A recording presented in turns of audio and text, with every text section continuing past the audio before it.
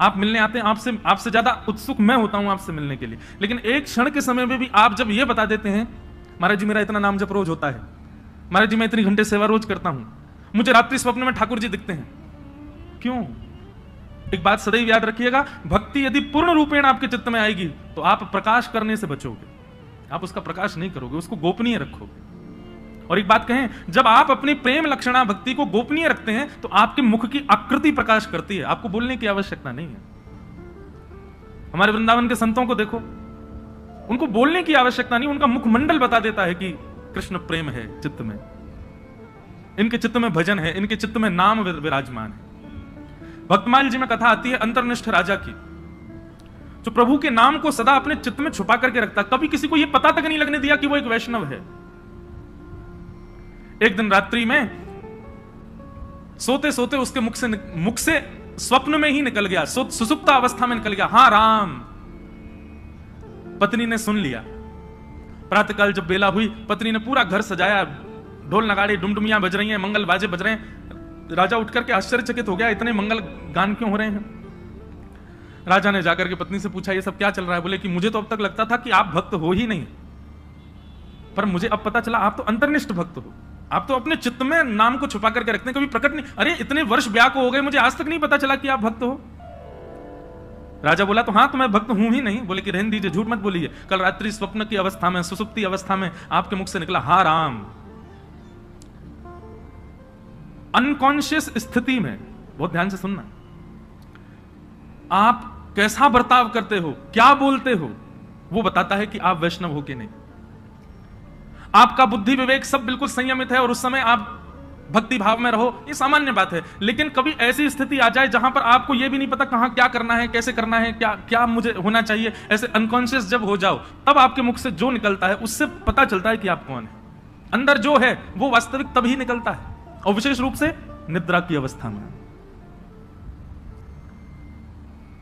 निद्रा की अवस्था में बंधुओं, नाम जब अपनी तीव्रता में पहुंच जाता है ना, तब व्यक्ति निद्रा में भी, जब जैसे अंगड़ाइयां लेते हैं या फिर हम करवट बदलते हैं तो मुख से स्वर निकलता है, लेकिन नाम जब अपनी तीव्र अवस्था में पहुंच जाता है तो निद्रा में भी श्री राधा, राम, कृष्ण, ये नाम ही प्रकट होता है मुख से।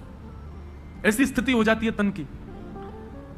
उस अंतर्निष्ठ राजा को जैसे ही पता चला कि मेरे मुख से राम नाम निकल गया, पत्नी से बोला देवी अब तुम राजपाट संभालो और सब संभालना, अब मैं जीवित नहीं रह सकता। पत्नी बोली क्यों? बोले मैंने सदा जिस नाम को छुपा करके चित्त में रखा, अपनी पत्नी तक को नहीं पता चलने दिया, वो नाम जब मेरे मुख से निकल गया, मतलब मेरे तन का त्याग नाम ने कर दिया, अब मैं जीवित कैसे रह सकता हूं? प्राण रूप मान करके मैं नाम को अपने हृदय में छुपा करके रखता था, अब वही निकल गया तो मैं जीवित कैसे रहूं? और ऐसा कहते ही तत्क्षण राजा ने अपने प्राण त्याग दिए। इतना बलवान है नाम। तो वैष्णव की प्रथम निष्ठा होती है नाम निष्ठा। आज मुझसे किसी ने प्रश्न किया, नाम जपने की विधि क्या है? ये विधि विधान जो होते हैं ना, श्लोकों के लिए होते हैं, मंत्रों के लिए होते हैं, नाम के लिए कोई विधि नहीं है। जपात सिद्धिर जपात सिद्धिर जपात सिद्धिर न संशय, उठते बैठते खाते पीते हंसते हर समय जपते रहो। नाम है ठाकुर जी का। आपका गुरु मंत्र जो है, गुरु श्लोक, गुरु मंत्र जो आपको मिला है, या द्वादशाक्षर मंत्र है, यो जो मंत्र की विधि है, उसके लिए तो आपको आसन चाहिए, स्वच्छता चाहिए, एक जगह बैठना, मन एकाग्र होना, ये सब चाहिए। पर नाम तो आप हर समय जप सकते, हर समय हर क्षण। तो वैष्णव की सबसे पहली निष्ठा है नाम निष्ठा। इसलिए नाम को प्रारंभ कीजिए। अच्छा, नाम के प्रति 2-3 बातें ध्यान रखिएगा। नाम जपना भी एक सेवा है, और जैसे मंदिर की ठाकुर जी की सेवा है ना, उसमें अपराध नहीं होना चाहिए, उसमें लगन होनी चाहिए, उसमें तत्परता होनी चाहिए, उसमें स्वच्छता, शुद्धता और हृदय में प्रसन्नता होनी चाहिए, ठीक वैसे नाम भी एक सेवा है। जब आप कृष्ण बोलें तो आपके चित्त में त्रिभंग लली वरहा पीड़म नटवर वपुः कर्णयो कर्णकारम कस्तूरी तिलकम ललाट पटले वक्षस्थले कौस्तुभम नासाग्रे वरमुक्ति कंतर तले वेणु करे कंकणम सर्वांगे हरिचंदनम सुललितम कंठे च मुक्तावली गोपस्त्री परिवेष्टितो विजयते गोपाल चूड़ामणि। कृष्ण कहते ही आपके चित्त में गोपाल जी प्रकट हो जाएं, उनके मधुर रूप का दर्शन होने लग जाए। श्री राधा कहते ही अति सुकुमारी अति सुकोमला हमारी वृषभानुनंदिनी किशोरी जी की झांकी आ जाए, और फिर उस नाम को ही कभी इत्र मान करके, उस नाम को ही पंचामृत मान करके, उस नाम को ही वस्त्र मान करके, उस नामी की ही श्रृंगार करो, सेवा करो, माला पधराओ, सुंदर नाम से ही आरती करो, नाम का ही प्रसाद भोग अर्पित करो।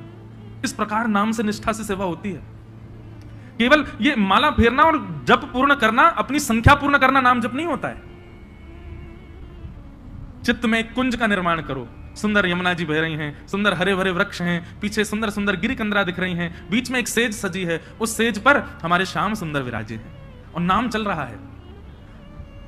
नाम वृक्षों में भी दिखे, नाम सेज पर भी दिखे, नाम यमुना जी में भी दिखे, नाम पीछे के सुंदर गिरिकंदरा में भी दिखे और नाम ठाकुर जी में भी दिखे।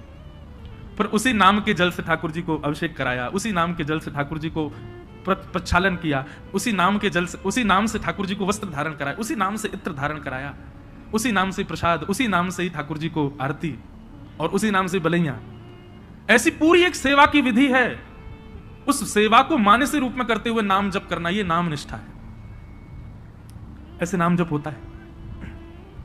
नाम जप का दूसरा रूप, आज जितना हुआ है कल उससे अधिक होना चाहिए। अगर नाम जितना आज है कल भी उतना ही है और बल्कि परसों कम और हो गया तो इससे नामापराध होता है।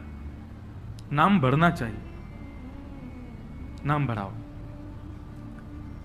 नाम के प्रति दूसरी भावना, कोई यदि आपसे पूछे कि आप क्या जपते हो तो पहले परख लीजिए, यदि वो अधिकारी हो तो ही बताइए, नहीं तो उसके सामने प्रकाश करने की आवश्यकता नहीं है। अपने आप को ऐसा बता दो, नाम तो कुछ करते नहीं, महासंसारी हैं हम तो, पापी पामर जीव हैं। अपने आप को मत दिखाइए कि आप नाम जापक हैं। कोई यदि पूछे और लगे कि हाँ ये वैष्णव है, कोई गुरुजन पूछे, हम पूछ लें, हम तो वैसे हम भी संसारी हैं, हम पूछे तो मत बताओ। कोई संत पूछे, कोई महापुरुष पूछे, कोई वैष्णव पूछे तो उनको उजागर करो, सबके सामने उजागर नहीं। यहां लोग बताते फिरते हैं कि हम कितना नाम जप कर रहे हैं, क्यों नहीं, ये नामापराध है। सबके सामने अपने नाम का प्रकाश मत करो। भाई अगर किसी भाव से आपका प्रेम बढ़ रहा है, उस भाव को गोपनीय रखो ना, उसको प्रकाश करने की आवश्यकता क्या है। तो नाम में इस बात का ध्यान रखें कि अगर कोई व्यक्ति अयोग्य, किसी को मत मानो, लेकिन यदि आपको अनुभव हो जाए कि ये वैष्णव भाव में नहीं है, बस ऐसे चलते फिरते पूछ रहा है, तो उसके सामने अपने आप को मुंह रखी घोषित करो, ये मत बताओ कितना नाम जपते, नहीं तो नामापराध होता है। तो सबसे पहली वैष्णव की निष्ठा होती है नाम निष्ठा। वैष्णव की दूसरी निष्ठा होती है तुलसी निष्ठा। उसके तन पर यदि तुलसी स्पर्श नहीं है तो ठाकुर जी उसके हाथ से सेवा तो बहुत दूर की बात है, जल भी स्वीकार नहीं करेंगे। इसलिए आपके तन पर तुलसी स्पर्श होना बहुत आवश्यक है। यह वैष्णव की दूसरी निष्ठा है। कई लोग पूछते हैं तुलसी धारण करने के लिए, आप लोग धारण कर लीजिए, लेकिन उसके बाद लोग पूछते हैं महाराज जी अगर हम तुलसी धारण कर लें और कहीं कुछ खाना पाना हो तो। तुलसी धारण करने के बाद में एक नियम का पालन आपको निश्चित रूप से करना है कि कुछ भी खान पान ऐसा नहीं करना जिससे तुलसी का अपराध बने। और यदि आपने कहीं गलती से तुलसी जी के धारण के पश्चात कुछ ऐसा खान पान किया है तो दूसरे दिन उन तुलसी जी को यमुना जी में पधराओ, आना पड़ेगा, भोपाल से वृंदावन ही आओ, तुलसी जी को पधराओ, क्षमा याचना करो, ब्राह्मण भोज कराओ, संतों के चरणों में प्रणाम करके क्षमा मांगो, फिर दूसरी तुलसी जी ठाकुर जी के चरणों में अर्पित करके फिर धारण करो, फिर ये वचनबद्ध हो जाना कि अब नहीं करेंगे। एक व्यक्ति मुझसे बोला, बोले महाराज जी जब खाते पीते हो उस समय उतार दें, खान पान करके फिर पहन लें। वाह, ऐसा नहीं करना है।